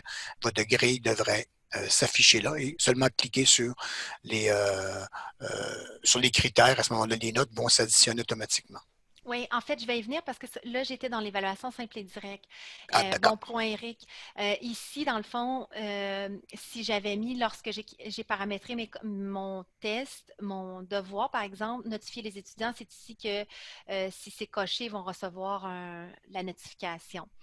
Oui, il y a une main levée physique de M. Driss, allez-y. Oui, je me rappelle la dernière fois, il y avait Madame Isabelle Desjardins qui a posé une question. Quand on fait la correction directement quand vous êtes en train de le faire sur Moodle, il y a certaines pages des fois qui sont très agrandies et on ne voit pas toute la page, on voit juste une partie. Est-ce qu'il y a moyen de la ramener à la taille de l'écran pour qu'on puisse faire la correction? Vous parlez du document, par exemple, de l'étudiant? Oui, par exemple, cette page-là, il y a certains étudiants, je ne sais pas comment ils font, et on ne voit pas toute la page, on voit juste une partie de la page. Et il vous a posé la question comment dézoomer, c'est-à-dire au lieu d'agrandir, comment on réduit la page pour pouvoir faire la correction. Est-ce que, mon Dieu, qu'est-ce qu'on avait fait donc? Eric n'était pas là. Est-ce que c'est pas contrôle moins moins ou contrôle plus plus? Est-ce que ça. Ben, ça va probablement être juste sur ma page à moi. Oui. Mais il y a certainement là un autre moyen que ça. Il faudrait le tester avec un exemple très concret parce que nous, on a toujours mis des PDF et ça rentre dans la page. Parce qu'autrement, parce que ici, comme les feedbacks, vous pouvez agrandir, par exemple, si vous voulez avoir la fenêtre plus grande. Mais c'est par rapport à l'activité ici. Voilà, c'est par rapport à la page que vous êtes en train de corriger. OK. Il y a quelqu'un aussi qui émet le même problème là, dans le module conversation qui a aussi eu ce problème-là. Écoutez, il faudrait faire des tests. Je ne sais pas. Est-ce qu'on a un élément, Eric, de réponse par rapport à ça? Comment l'agrandir? Parce que j'essaie de voir la barre d'outils. Ça ici, c'est pour mettre des commentaires. Ça, c'est les couleurs. Ça, c'est la main. Est-ce que la main... Non, je ne pense pas qu'il y ait moyen je ne sais pas pourquoi le document serait plus petit, par exemple. Je vois dans la barre de discussion qu'on a, on a beaucoup d'échanges à ce sujet-là. Le problème ne se pose pas si le PDF est corrigé sur le poste de l'enseignement. Fait que je ne sais pas si ça dépend du PDF, l'éditeur PDF à ce moment-là. Peut-être qu'il y a certaines options qui sont plus complètes avec la version de Acrobat Reader que ceux de Moodle. Il faudrait voir s'il y a une différence au niveau des deux PDF, soit lui de Moodle et le PDF de Adobe. Il faudrait voir à ce moment-là s'il y a une différence au niveau de la présentation. En fait, excuse-moi Eric de t'interrompre, c'est que les gens qui observent cette problématique-là, envoyez-nous votre document, on va le télécharger dans l'environnement de formation, puis on va voir comment ça se comporte, si c'est possible pour vous, puis essayez de vous trouver la solution. Oui, une autre question. Il y en a qui envoient le document sous forme de photos. Oui, des Et PNG. là, oui, PNG. Et là, on n'a pas accès, si vous voulez, à cette barre qui est en haut pour mettre des notes, pour surligner et ainsi de suite. Oui, OK. En fait, l'idéal, parce qu'il y a des applications gratuites hein, qui pourraient prendre la photo et le transformer en PNG, pas en PNG, pardon, en PDF. PDF, d'accord, merci. Donc, ça pourrait être une solution de demander à vos étudiants, tu sais, vu qu'ils prennent des photos de leurs travaux. Je les avais téléchargées hier, les applications qui sont gratuites en plus. Il y en a quelques-unes. Je vais essayer de vous revenir avant la fin de la rencontre. Sinon, M. Driss, si je prends votre nom en note, puis je vais vous réécrire un courriel pour les applications PDF. Ça va? Ça va, merci. Vous pourrez utiliser Scan OneDrive. Là. Oui, en fait, il y en a une panoplie qui existe. Là. Vous allez en voir dans le module conversation. Il y a des gens qui sont en train de partager. Écoutez, on va revenir ici. Donc, ça, c'était notre devoir qui est corrigé par annotation PDF. J'ai enregistré. Et les modifications à la note au feedback ont été enregistrées. Là, je vais juste revenir là, pour consulter tous les travaux remis. Vous allez voir comment ça se présente pour l'étudiant 2. Alors, notre étudiant 2 a eu la note de 80 sur 100. Et c'est ici qu'il va retrouver ce que j'ai annoté sur le PDF. Donc, je vais aller me brancher avec l'étudiant 2 si vous voulez voir. Pour bien faire, j'étais branchée avec l'étudiant 1. Alors, quelques instants. Pendant ce temps-là, Eric, s'il y a des questions pendant que je me branche avec l'étudiant 2. Oui, tout à l'heure, on avait le problème d'affichage. On a Mme Danielle Leblanc qui nous propose, pour bien voir au complet, on peut modifier en utilisant les petits icônes à droite en bas sous le volet grille. Tout à l'heure, on retournera pour voir la correction d'un autre étudiant peut-être. Et sous le volet gris, on devra avoir à ce moment-là peut-être l'icône qui va nous permettre de mettre le PDF plein d'écran. On va aller jeter un petit œil. Merci beaucoup à Mme Leblanc. OK, Mme Leblanc, alors, On est sous grille. guidez-moi, s'il vous plaît. Prenez le micro. Allô, Mélanie, vous m'entendez? Oui.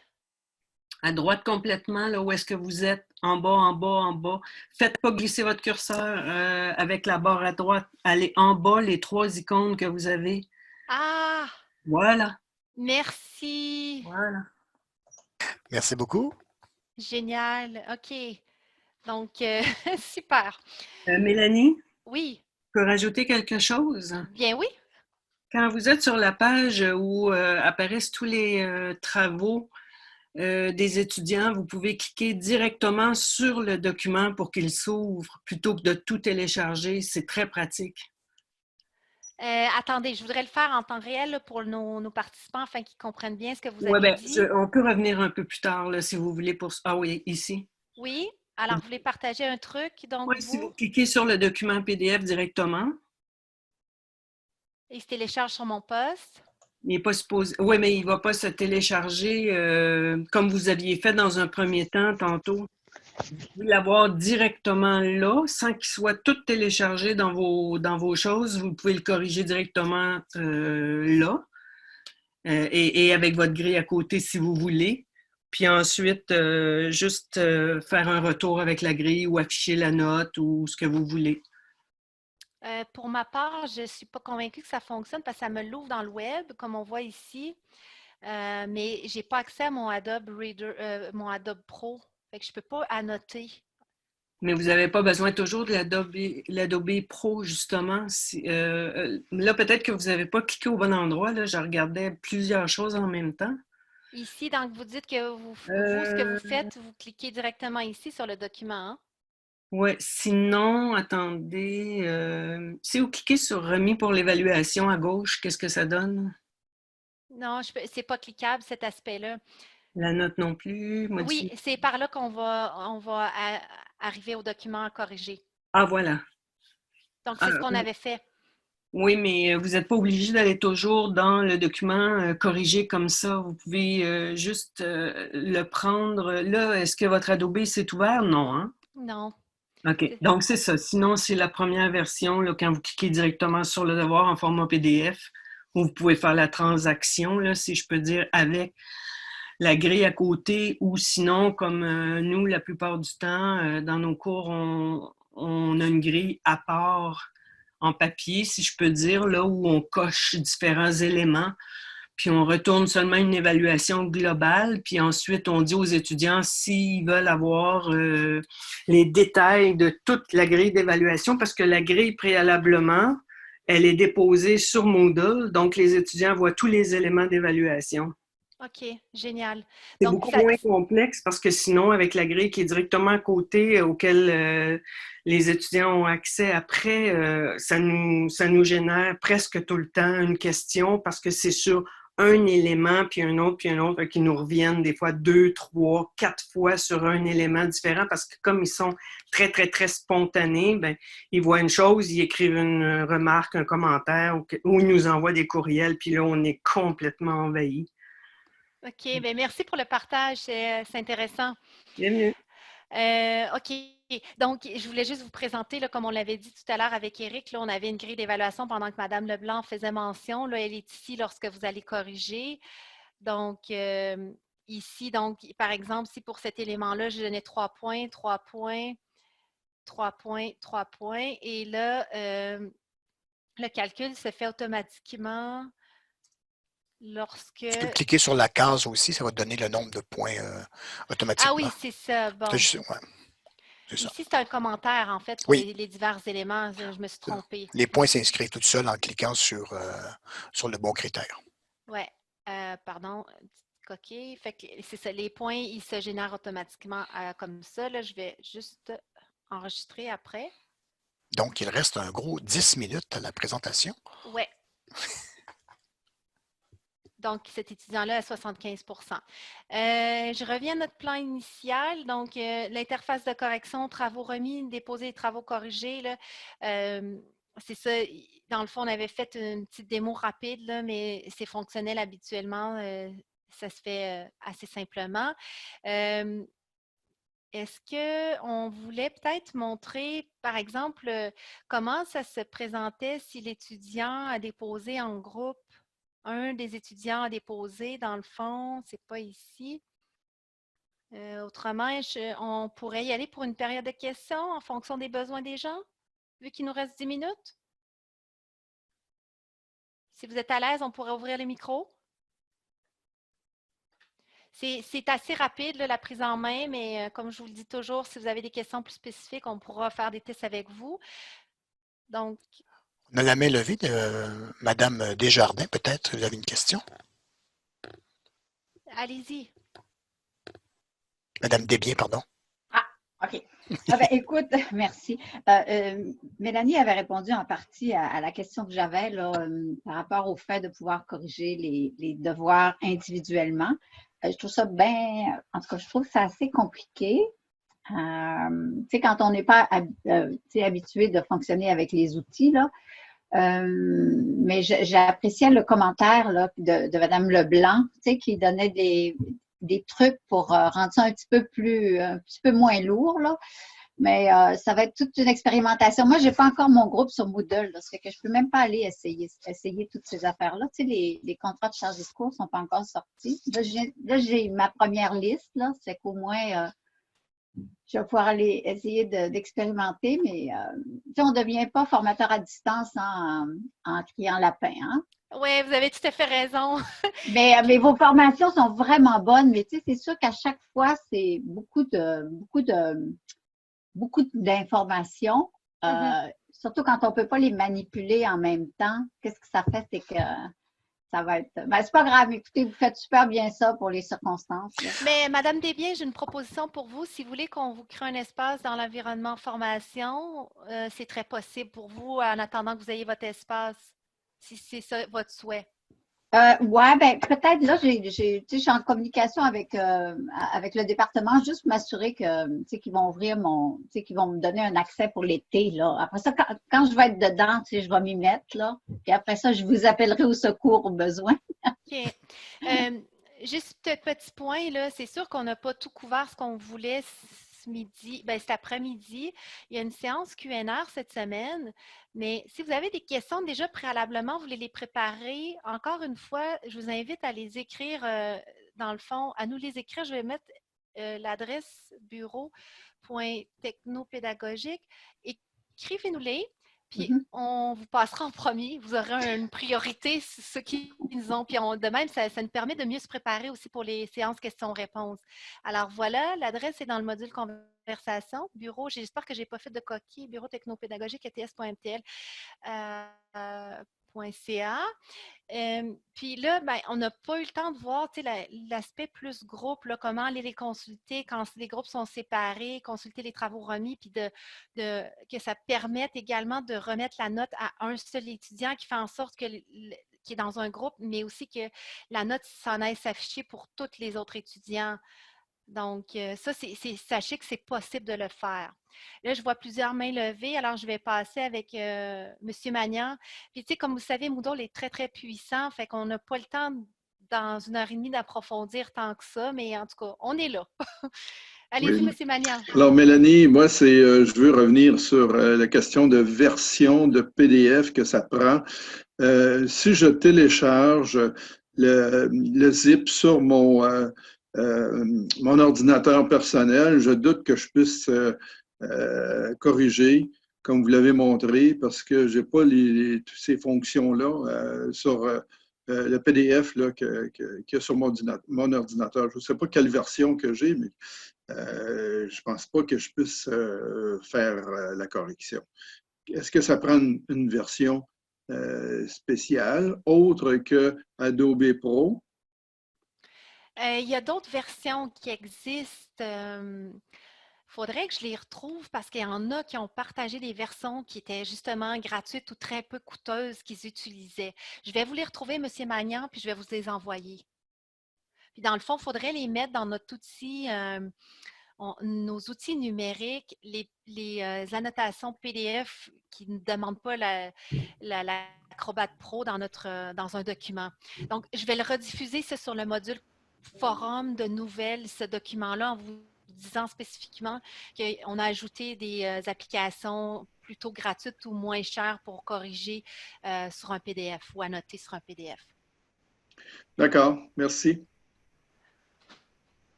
OK, M. Bogdadi, question suivante, allez-y.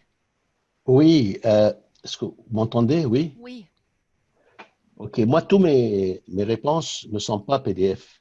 Les réponses aux examens, c'est des étudiants qui écrivent à la main, ce sont des équations, des chiffres, des schémas. Donc, ils vont avec la caméra, ils vont prendre une photo, ils vont me l'envoyer. Donc, il n'y a pas de PDF. Oui. Bien, c'est ça que je disais tout à l'heure. Il faudrait demander à vos étudiants de vous faire. Si c'est ça, hier soir, j'étais sur ce blog-là. Oui, moi, Est-ce que c'est. Il faudrait demander à vos étudiants j'essaie de retrouver en même temps, pendant qu'on se parle, correction numérique. Dans le fond, la correction numérique de travaux format PDF pour les rétroactions claires et accessibles. Il y a des éléments de réponse dans ça, mais vous, à vos étudiants, là, ce serait bien qu'ils vous fassent des PDF avec les photos qu'ils vont prendre. Ça va être beaucoup plus facilitant pour vous. Je pense juste les imprimer et les corriger, c'est tout. Là. Pas besoin de... Je peux les imprimer, pas sans problème. OK. Donc, après ça, vous allez donner la rétroaction de quelle façon à vos étudiants, par contre? Pour ceux qui veulent avoir des clarifications, je peux leur télécharger leur copie qui est corrigée, par photo aussi. Oui, bien, par photo ou avec une rétroaction, en effet, un fichier de rétroaction, un fichier de feedback, pardon. Si je reviens, oui, vous pourrez faire ça. Oh, voilà, ça, c'est pas grave. Maintenant, est-ce que je peux avoir une séance avec vous de 15 minutes après pour charger mon examen? Est-ce que je le charge et puis il ne s'ouvre pas? Oui. Peut-être pas cet après-midi, il va falloir que je prenne une petite pause. Mais, non, quand vous avez le temps, ce n'est pas urgent. Il me semble que j'ai un rendez-vous à 3 heures, mais autrement, ça pourrait être. Faudrait que je regarde mon agenda, mais je vous envoie une demande de rendez-vous. Mon collègue Éric pourra peut-être voir ça avec vous aussi autrement. Merci beaucoup. Parfait. Donc, il y a beaucoup d'informations dans la barre de conversation pour utiliser soit Edge ou je vous invite à consulter avant qu'on quitte. Il y a beaucoup d'informations. Les gens ont partagé des trucs très intéressants. Je vous invite à le consulter peut-être avant qu'on se quitte. Oui, merci Eric. S'il y en a qui doivent quitter, je vais vous mettre aussi le lien pour les demandes de rémunération pour les chargés de cours. Là. Le lien est là. Dans le fond, le lien reste toujours le même. Peut-être si vous souhaitez le remplir à la fin de toutes les séances, ça pourrait être une bonne pratique aussi, mais libre à vous. Si vous ne voulez pas oublier aussi des dates, faites-le comme vous le souhaitez. Il est toujours accessible. Oui, M. Paré, allez-y. En fait, vous avez partiellement répondu là, à ma question. Est-ce que l'ETS, sur les ordi de l'ETS, il y a Adobe Pro? Est-ce que, ma question c'est, nous, quand on travaille à distance, on a pu, en tout cas, moi, je n'ai pas accès à un ordi à l'ETS. Alors, est-ce que les gens de TI pourraient nous donner accès à ce logiciel-là? Pour Adobe Pro, ça serait la solution la plus simple. Ben, en fait, je ne sais pas combien ils ont de licence, mais moi, j'en avais fait la demande juste avant qu'on parte à la maison confinée. Et ils me l'avaient installé à distance sur mon poste. Donc, j'avais fait un GUS, mais je ne sais pas comment. Je pense qu'il ponctionne. Ça coûte quelque chose au département ou ça, par contre, j'ignore comment ça s'opère, là. Mais vous pourriez demander à votre directeur comment ça fonctionne exactement. Peut-être qu'il saurait plus ou à la coordonnatrice du département, à moins qu'Éric ou quelqu'un dans la salle ait ces éléments-là, les sache. OK. L'autre chose, c'est il y a eu Mme Nollet nous a envoyé un document cette semaine là, disant que si on fait des examens à distance, là, si on se rend à cette étape-là, là, soit les intros ou les finaux, là, il faudrait absolument les faire dans Moodle. Moi j'ai un problème là, parce que je suis un peu comme la dame qui a parlé tantôt. Là. Je suis vraiment néophyte dans Moodle. Là. Moi, j'étais totalement autonome à l'intérieur de mes cours et j'utilisais pas Moodle. C'est une courbe d'apprentissage phénoménale. Est-ce que vous avez du feedback là-dessus? Là? Parce que moi, je ne tiens pas particulièrement à faire mes examens à l'intérieur de Moodle. Je ne sais pas s'il y a quelqu'un qui a des commentaires là-dessus, là, mais c'est pas... Oui, bien, écoutez, je vous comprends totalement. Tu sais, la situation actuelle, même nous, on en apprend aussi à tous les jours par rapport à Moodle. Puis votre boulot, c'est pas nécessairement d'apprendre Moodle, ça, je le comprends tout à fait, je le conçois. Mais tu sais, tant qu'on ne pourra pas revenir je ne sais pas quoi vous dire, en fait, outre qu'on peut vous donner du soutien, du support, puis tant que les locaux ne seront pas ouverts ou accessibles, on peut peut-être, Éric et moi, ou l'équipe, faire un point par rapport à ça, que vous trouvez ça lourd, puis essayer de déployer plus de soutien ou de voir à une solution. Mais pour le moment, écoutez, c'est les consignes qui ont été données, là. Marie, tu veux peut-être intervenir? Je vois que tu as ouvert ta caméra. Oui, je me demandais, c'est une suggestion comme ça, quel genre d'examen vous projetez? Est-ce que c'est un examen avec des questions ouvertes? Non, c'est des choix multiples à l'intra et au final. OK, parce qu'on aurait pu faire comme des genres de modèles de configuration pour certains types d'examens. Je sais, c'est peut-être quelque chose qu'on pourrait envisager. Parce que, M. Paré, en effet, c'est une excellente suggestion. Moi, je pense que... Je m'excuse. Je pense que l'enjeu de Mme Nollet, là, c'est de respecter les règles du BCAPG. Mais... On vous a perdu. Monsieur Paré, on vous a perdu, malheureusement. Bon, on va attendre que vous reveniez, mais sachez, je voulais aussi vous dire que la semaine prochaine, là, on n'a pas encore dévoilé la programmation de la semaine prochaine, il va y avoir des formations sur comment créer des quiz. Il y a beaucoup de notions, là aussi encore, vous allez trouver peut-être, là, mais on essaie de, tu sais, on accompagne aussi les gens de façon individuelle, fait que ça pourrait peut-être être une solution dans votre cas, M. Paré, ou dans le cas de certaines personnes, là. Parce que oui, ça demande une courbe d'apprentissage pour plusieurs, puis on le comprend, puis on le conçoit tout à fait, là. On a Mélanie, Madame Leblanc, dans le module de conversation, qui dit que oui, on peut avoir des licences pro à l'ETS. Il faut en faire probablement la demande sur GUS. Et à ce moment-là, je suis sûr qu'il y a un technicien qui peut vous assister pour l'installation sur votre poste de travail, en fait, de l'ETS. Donc, c'est faisable. Et on a M. Derainville qui dit qu'il y aurait... Mélanie, je veux que tu lis le commentaire avec le sourire, donc...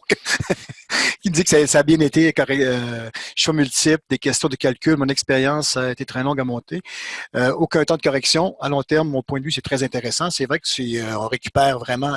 pour la création, c'est beaucoup plus long, mais à chaque fois que vous enrichissez votre banque de questions, ça va toujours rester. À ce moment-là, plus ça va aller, plus vous allez avoir de choix et plus vos examens, vous allez avoir des choix de questions différents. Et à ce moment-là, vous pourrez utiliser, dans certains cas, la correction, l'autocorrection. Et c'est vrai que vous allez gagner beaucoup de temps à la longue.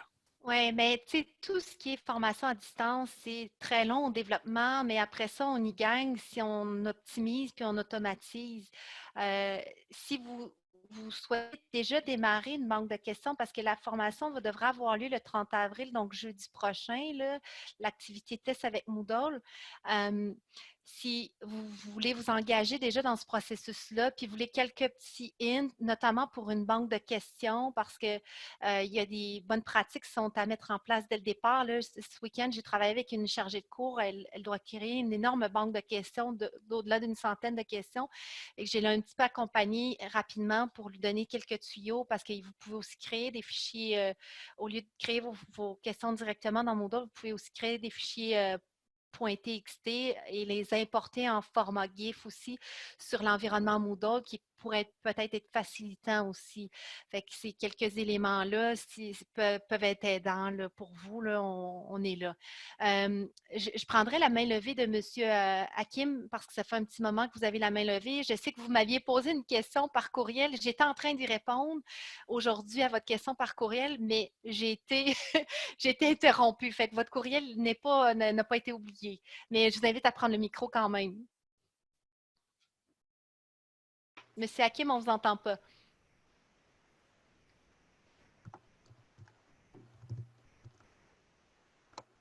Monsieur Hakim? Votre micro est ouvert, on vous entend.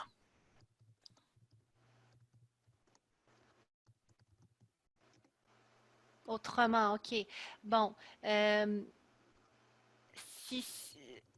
En tout cas, écrivez-nous dans le module conversation peut-être, Monsieur Hakim, si vous pouvez. Je vois que son micro est ouvert, mais on ne l'entend pas. Alors, est-ce qu'il y a d'autres petites questions avant qu'on se quitte? Merci bien, Mélanie, là, pour les réponses de tantôt. Ça fait plaisir, M. Paré. Bonne poursuite, puis courage. Hein? Je sais que ce n'est pas une situation qui est des plus courantes et des plus évidentes, là. Mais moi, j'ai bon espoir qu'on va rouvrir avant la fin de la session d'été. On pourrait mettre des gageures là-dessus une prochaine fois. Je le souhaite de tout cœur. Merci beaucoup. En tout cas, vous faites beaucoup de votre côté. Vous travaillez sous le stress comme nous autres, mais vous faites un excellent travail. Merci infiniment. Merci M. Adil, du commentaire. Merci ça fait toujours beaucoup. plaisir. Et Mélanie, rappelez peut-être que la formation sera disponible et à quel endroit quand on... Excellent point, Eric. Merci. En fait, on est en train de le restructurer un peu pour avoir... je cherche mon élément. Dans le fond, l'enregistrement, on a déterminé ce matin qu'il allait être... dans le fond, il est sous l'onglet Programmation des ateliers virtuels. Mais là, on est en train de remanier peut-être un peu. Fait que ça va être à même la date du calendrier. Ici, il va y avoir un lien URL en dessous pour y accéder. C'est ça qu'on avait déterminé, hein, Eric, ce matin? Oui, effectivement. Auparavant, ils étaient ici, puis c'est peut-être pas favorable. On ne voit pas ton écran, par exemple, Mélanie. Mais qu'est-ce que je partage? Oui, Toi! Oui, non, moi, je vois bien l'écran. Là, je vois plein de monde, là, mais je voyais bien l'écran de Mélanie. OK, mais attendez. Il y a vraiment des belles photos là-dessus. C'était vous. C'était les participants. OK. Alors là, vous voyez mon écran? Oui. Donc, écoutez, je vais vous mettre le lien URL parce que c'est dans la section 9 du support formation, converser. Alors, je vous le remets ici. Oups. OK, voilà. Alors, vous pouvez y accéder. Là, je n'ai pas eu le temps de filtrer tous les commentaires dans le module conversation. J'ai cru voir quelqu'un qui disait enregistrer le module conversation. Oui, c'est très pertinent. Nos modules conversation sont enregistrés. Puis je vais essayer de dépouiller, voir s'il y avait des éléments dont on n'a pas répondu. Puis j'irai répondre par ici, en fait, par les nouvelles, en fait, dans le module forum. J'espère que vous êtes tous abonnés. Donc, c'est un autre moyen de communiquer à part le bureau techno, notre adresse du bureau Mélanie? pédagogique. Oui, M. Hakim, on vous entend maintenant. Ah, ok, excellent. Donc, avant tout, je voulais juste vous remercier pour l'atelier. Je sais combien que c'est difficile de faire ce genre d'atelier en ligne, parce qu'il y a beaucoup d'informations, mais vous faites un excellent travail. J'aurais 2 points à mentionner. Concernant le PDF, avec Office 2016 et les versions qui viennent après, on peut ouvrir les fichiers PDF et les annoter normalement à l'intérieur de Word. Donc, ça peut être une solution, on va dire, bon, peut-être pas excellente, mais je dirais une bonne solution pour permettre à l'ensemble des enseignants de travailler sous l'environnement Word qu'ils connaissent absolument, mettre des commentaires et les annoter et tout. Donc, ça, c'est la première des choses. La deuxième chose, pour nous permettre de nous pratiquer un peu, serait-il possible de nous créer un petit peu, on va dire, des cours virtuels avec des étudiants virtuels? Comme ça, on peut essayer des choses. Parce que par moments, on a peur de faire ça avec nos étudiants. On a peur de faire des bêtises. Donc, si on a des cours virtuels avec des étudiants virtuels, on serait un peu plus en confiance. Donc, merci. OK. C'est en plein ce qu'on fait. Mais, écoutez, c'est une excellente proposition que vous faites là. J'allais le proposer. J'ai pensé à ça ce week-end. Je dois dire que je pense à vous durant mes week-ends également. Alors, désolé. Ce que je vous propose, j'avais prévu le coup. Éric. Oui. J'ai fait, pendant tes vacances, ouvrir un espace Décana. Et je proposais, parce que c'est plus facilitant si on est dans l'environnement de prod pour que les gens y aient accès et leur donner accès à notre espace dans Décana, dans l'environnement de prod, puis qu'ils puissent aller tester des éléments, puis qu'on mette, parce que, tu sais, souvent, ce que vous voulez voir, c'est comment l'étudiant, ça se comporte chez l'étudiant. Exact. Fait qu'on pourrait vous donner accès à des compte avatar étudiant, aller en téléversé, vous mettre enseignant et puis vous pourriez tester dans différentes sections un peu certains éléments.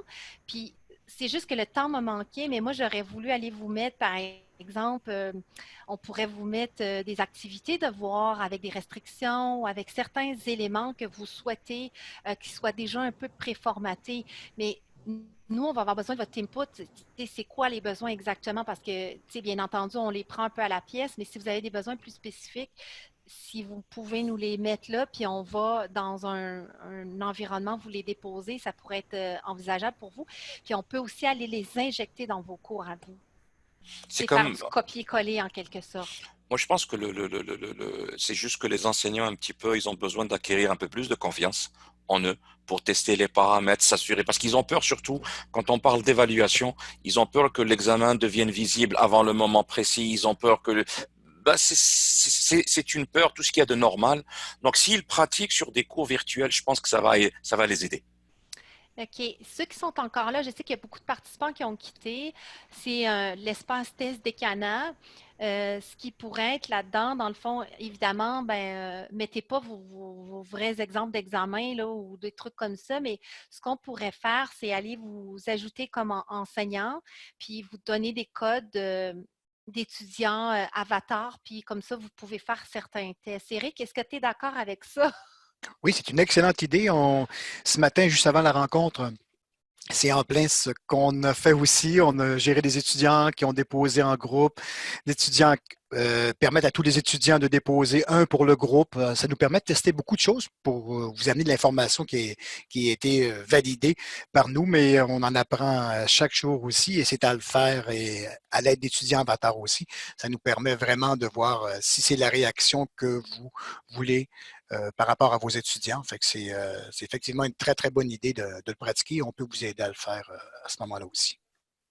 OK. Monsieur Hakim, je pense qu'il est déjà parti. Mais en fait, si vous voulez avoir accès à cet espace-là pour faire des tests, écrivez-nous votre adresse courriel dans le module conversation et on va aller vous ajouter donc, dans cet espace-là. Donc, ça va être assez facile. Donc, voilà. Monsieur Dagneau, allez-y, prenez la parole. Oui, en fait, c'est peut-être mon message s'adresse à M. Paré et à d'autres qui sont un petit peu craintifs. J'aurai 60 ans cette année et croyez-moi, Moodle, je mets mes documents là-dedans, mes PowerPoint depuis 7 ans là, que j'enseigne à l'ETS. Mais la semaine dernière, je me suis tapé 3 jours de préparation de questions. Mélanie m'a donné un coup de main d'ailleurs. Pour arriver à faire 3 examens et en plus, si vos examens sont à choix de réponse, moi, il y a eu des choix multiples, il y a eu des questions à développement, etc. ça vaut vraiment la peine. C'est pas si complexe que ça. On voit ça parfois comme une montagne, mais ça vaut vraiment la peine. Et si vous êtes craintif avec vos étudiants, moi, j'ai même fait un test. J'avais averti les étudiants. J'ai mis 3-4 questions bidons. Je voulais qu'ils répondent. J'avais mis les instructions qu'on nous recommande de faire et j'ai dit 3-4 questions que je vais vous répondre à ça. J'ai appelé ça test, là. Et ils ont répondu, plusieurs d'entre eux. Ça m'a permis de pratiquer avec eux. Et 2 jours après, il y avait l'examen en vrai. Et tout le monde a bien répondu dans le temps donné, etc., etc. Alors, il y a beaucoup de bonnes choses qui se disent dans tous ces cours-là. Puis, il faut mettre juste quelques heures, effectivement, pour s'y mettre. Puis, il n'y a pas quelques montagnes, mais on a de l'aide de la part du personnel de thèse, Mélanie et toute l'équipe. Merci. Merci pour votre partage. Merci pour le commentaire, là. C'est grandement apprécié. Là. Mélanie, j'ai une question. Oui, allez-y. Dans Moodle, on peut se mettre à la place de l'étudiant, prendre le rôle de l'étudiant. Oui. Mais... C'est efficace, ça. On peut prendre le rôle de l'étudiant puis voir qu'est-ce que l'étudiant peut voir sur Moodle. Vous avez tout à fait raison, en fait, c'est ici. Ouais. Mais j'apporte toujours un bémol parce que quand on prend le rôle de l'étudiant, c'est jamais totalement comme un étudiant, étant donné que vous avez un rôle d'enseignant. Donc, c'est jamais totalement pareil. OK. Par exemple, quand vous voulez voir les tests quiz ou comment ça se comporte avec les activités tests, il y a des petits éléments que vous ne voyez pas se répliquer vraiment dans le rôle d'étudiant, là. OK. Voilà pour ça. OK, d'accord. J'avais, Monsieur Drainville, je vois que vous êtes dans la salle. J'avais discuté avec mon collègue Éric cet avant-midi. Je crois que vous avez posé des questions, vous, par rapport au carnet de notes ou des éléments que vous auriez souhaité qu'on approfondisse, qu'on n'avait pas prévu donner comme formation. Je vous invite à prendre le micro, peut-être. Bonjour. Bonjour. Alors, c'est ça, je sais que vous aviez discuté une fois de vos besoins, vous deviez m'écrire un courriel, puis là, je voulais juste être sûre de bien, si vous avez encore un besoin, qu'on puisse y répondre. Oui, j'ai vu que sur la zone là, de formation à distance, il y a déjà un document sur le carnet de notes. Là. J'ai consulté là, déjà là, cette portion-là, puis ça a répondu quand même là, très, très bien à mes questions. J'avais des questions qui subsistaient au sujet de la confusion entre les cours groupes sur registraire, les groupements et les groupes de Moodle. Et ça a été bien répondu ce matin, je crois. OK, parfait. Donc, je pense que je devrais poursuivre mes recherches de ce point de vue, de ce côté-là, là, puis je devrais me débrouiller. Merci beaucoup. Parfait, excellent. Donc, voilà. Alors, je pense qu'on n'a plus d'autres questions. Alors, Éric, on va aller prendre une petite pause. Et ce sera un rendez-vous demain pour ceux qui ne l'ont pas fait. Donc, c'est la prise en main avec Zoom 101, là, si vous ne l'avez pas fait. Autrement, c'est mercredi midi, c'est un rendez-vous pour la séance questions-réponses. N'hésitez pas à nous soumettre vos questions avant la séance si vous voulez être dans les premiers. Alors, autrement, je vous souhaite une excellente fin de journée et on se revoit très bientôt. Au revoir. Merci à tout le monde. Au revoir.